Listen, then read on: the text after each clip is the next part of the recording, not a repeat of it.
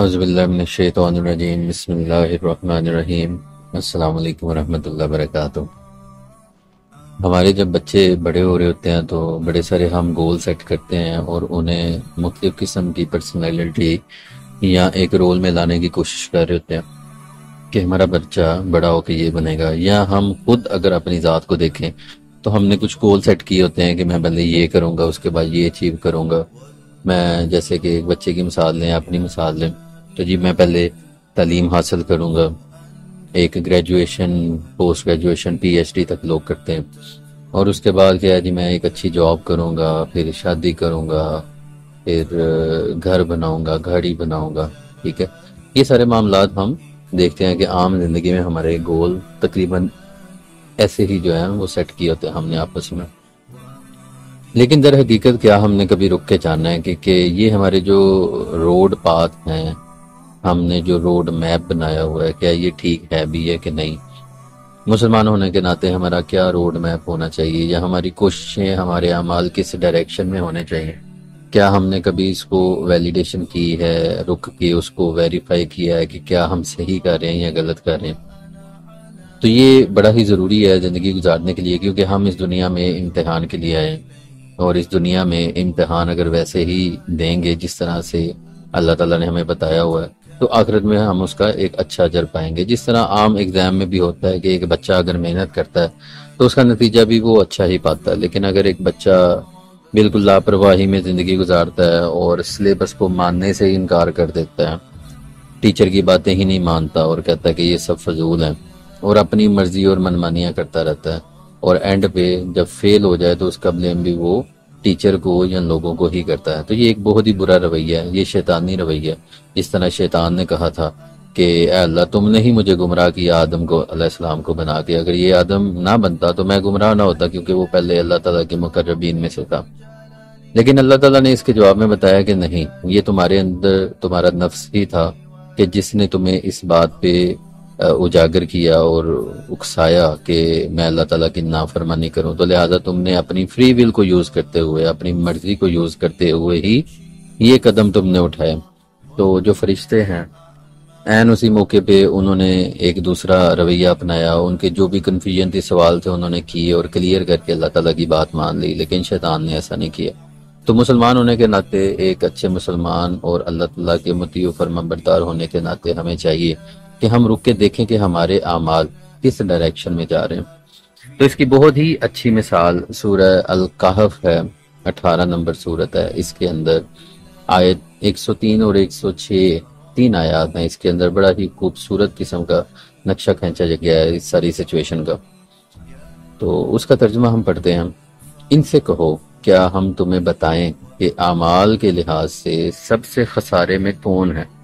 یہی ہم بات کر رہے تھے کہ کیا ہمارے اعمال صحیح ہیں بھی کہ نہیں ہے، تو یہاں پہ بات بیان کی جا رہی ہے کہ اعمال کے لحاظ سے سب سے زیادہ خسارے میں، سب سے زیادہ گھاٹے میں کون لوگ ہیں جن کے اعمال بالکل ضائع ہو جائیں گے؟ آگے اس کا خود ہی جواب دیا جا رہا ہے، وہ لوگ جن کی تمام سعی و جہد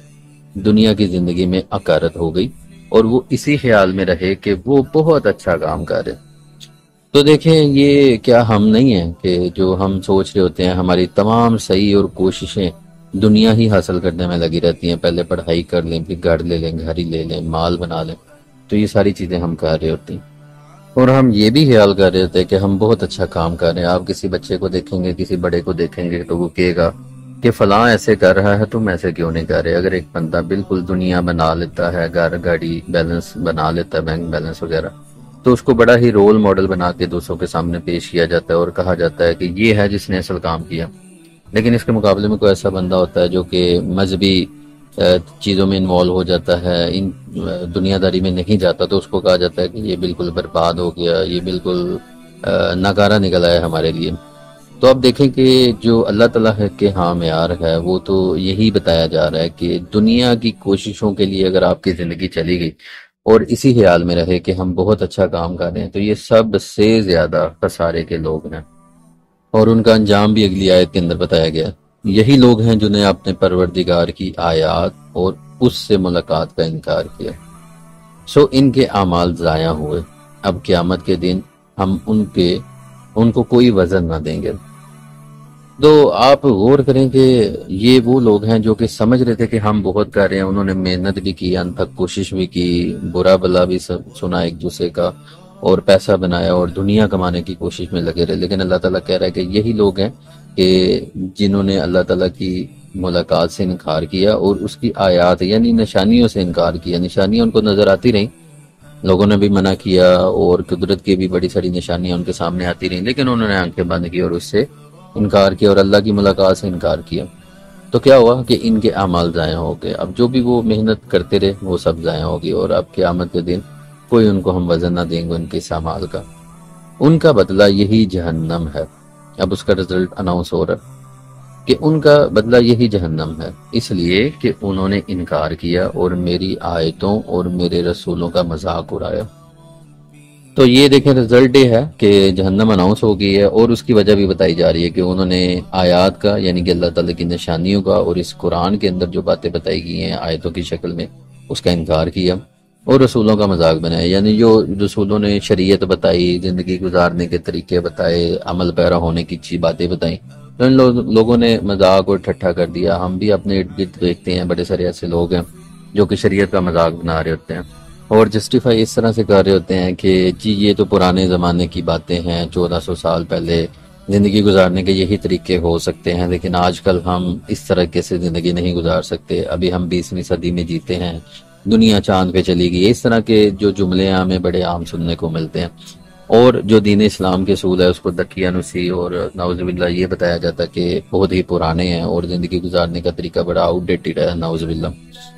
تو یہ بڑے ہی مذاق اور مزاح کے جو ہے وہ معاملات ہمیں سننے کو ملتے ہیں کہ لوگ بھی ایسی باتیں کرتے ہیں، تو یہی بتایا جا رہا ہے کہ ان کے رسولوں کا مذاق اڑایا۔ تو حالانکہ وہ بالکل عین زندگی گزارنے کے بالکل صحیح اصول تھے کہ دیکھیں جو انسان کی اناٹمی ہے، جو انسان کی بایولوجی ہے، اس کے دماغ کا سٹرکچر ہے، وہ تو ایسا ہی ہے نا، چاہے وہ ہر دور میں کیسا بھی ہو، لیکن اس کا ایک ہی صحیح پاتھ ہے زندگی گزارنے کا۔ اس کی مثال ہم ایسے سمجھ سکتے ہیں کہ جیسے 1+1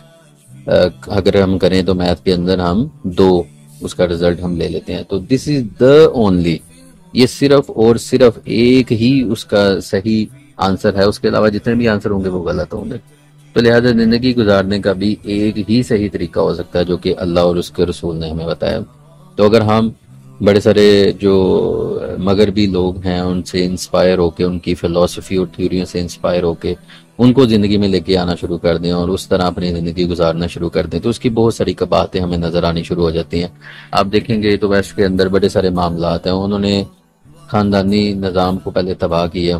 اور اس کے بعد پھر اس سے جو پرابلم پیدا ہوئیں اس میں پھر نئی لیجسلیشن اور نئی تھیوریز آ گئی کہ ہم ایسے کریں گے، اور اس کے اندر پھر مزید قباحتیں آ گئیں۔ اب شادی شدہ نظام جب بگڑ جائے گا، اس کے اندر ماں اپنے فرائض ادا نہیں کرے گی، جو باپ ہے وہ نہیں کرے گا، بہن بھائی نہیں کریں گے، اب خاندانی نظام تباہ ہو کے رہ گیا۔ اب اس کی وجہ سے وہ کہتے ہیں انڈیپینڈنٹ لائف ہم جئیں گے، لیکن اس کے بعد بڑے سارے مسائل جب پیدا ہوتے ہیں، ایک ورکنگ وومن جو ہے وہ بچے کی ٹیک کیئر نہیں کر سکتی، اس کی اپ برنگنگ نہیں کر سکتی، تو اس کی سلوشن کے لیے انہوں نے ڈے کیئر سینٹر بنائے، یہ بچے ادھر رکھ دیں، خود جاب کرنے چلے جائیں۔ اب جب بچے ادھر گئے ہیں تو ان کے اندر مزید خرابیاں پیدا ہوئی ہیں، کیونکہ ان کی وہ کیئر جو کہ ماں نے کرنی تھی، تربیت کرنی تھی، اس طریقے سے وہ تو کرتے نہیں، ان کے لیے تو بزنس ہے۔ ہمیں دیکھنے میں آتا ہے کہ بڑے ساری نشہ اور چیزیں دے کے بچوں کو سلا دیا جاتا ہے، تو ان کی ڈے کیئر ہو رہی ہے۔ تو یہ سارے معاملات ہیں جو کہ ہم دیکھتے ہیں کہ ایک اگر ہم اصول اپناتے ہیں اللہ رسول سے ہٹ کے زندگی گزارنے کا، تو اس کے اندر قباحتیں پیدا ہوتی ہیں، اور ان قباحتوں کے حل ڈھونڈنے کے لیے ہم اگر پھر نئی سولوشن ڈھونڈتے ہیں تو انسان کا ہر چیز بنائی ہوئی چیز ناقص ہوتی ہے۔ تو اللہ تعالیٰ نے ہمیں زندگی گزارنے کے اصول بتا دیے جو کہ بڑے ہی کریکٹ اینڈ ایکوریٹ ہیں، اگر ہم اس طریقے سے زندگی گزاریں گے تو دنیا میں بھی کامیابی سے زندگی گزاریں گے، سرخرو ہوں گے، اور انشاءاللہ تعالیٰ آخرت میں بھی اس کا حصہ پائیں گے۔ تو یہ سمری کے طور پہ ایک بڑی ہی سمجھدار اور بڑی ہی گہری بات ہے کہ وہ لوگ کہ وہ اعمال سب سے زیادہ خسارے میں ہیں کہ جنہوں نے ساری کی ساری کوششیں دنیا کمانے میں ہی لگا دی، اور آخرت میں انہوں نے کوئی بھی کوشش نہیں کی کہ ہمیں آخرت میں جانا، اس کے لیے بھی کچھ کریں، نیکیاں کریں، دوسروں کا خیال رکھیں، جو اسلام نے اصول بتایا۔ تو اس کا کیا ہوگا کہ انہوں نے بوجہ یہ کہ انہوں نے اللہ تعالیٰ کی آیات سے انکار کیا اور ملاقات سے انکار کیا، تو اس کی وجہ سے وہ قیامت میں اس کا کوئی حصہ نہیں پائیں گے، اور اس وجہ سے ان کا بدلہ جہنم ہوگا۔ اللہ تعالیٰ سے ہم دعا کرتے ہیں کہ ہمارے سارے کے سارے اعمال ایسے ہونے چاہیے جس میں آخرت کا زیادہ ہمارا فوکس ہونا چاہیے، اور دنیا اس میں منیمم ہونی چاہیے، کیونکہ دنیا ہمارا ایک سٹیشن ہے، جس طرح ایک مسافر ہوتا ہے وہاں تھوڑی دیر رکتا ہے اور پھر اپنی ڈیسٹینیشن کی طرف چلا جاتا ہے۔ تو حدیث شریف میں آتا ہے کہ اس کی مثال مسافر جیسی ہے۔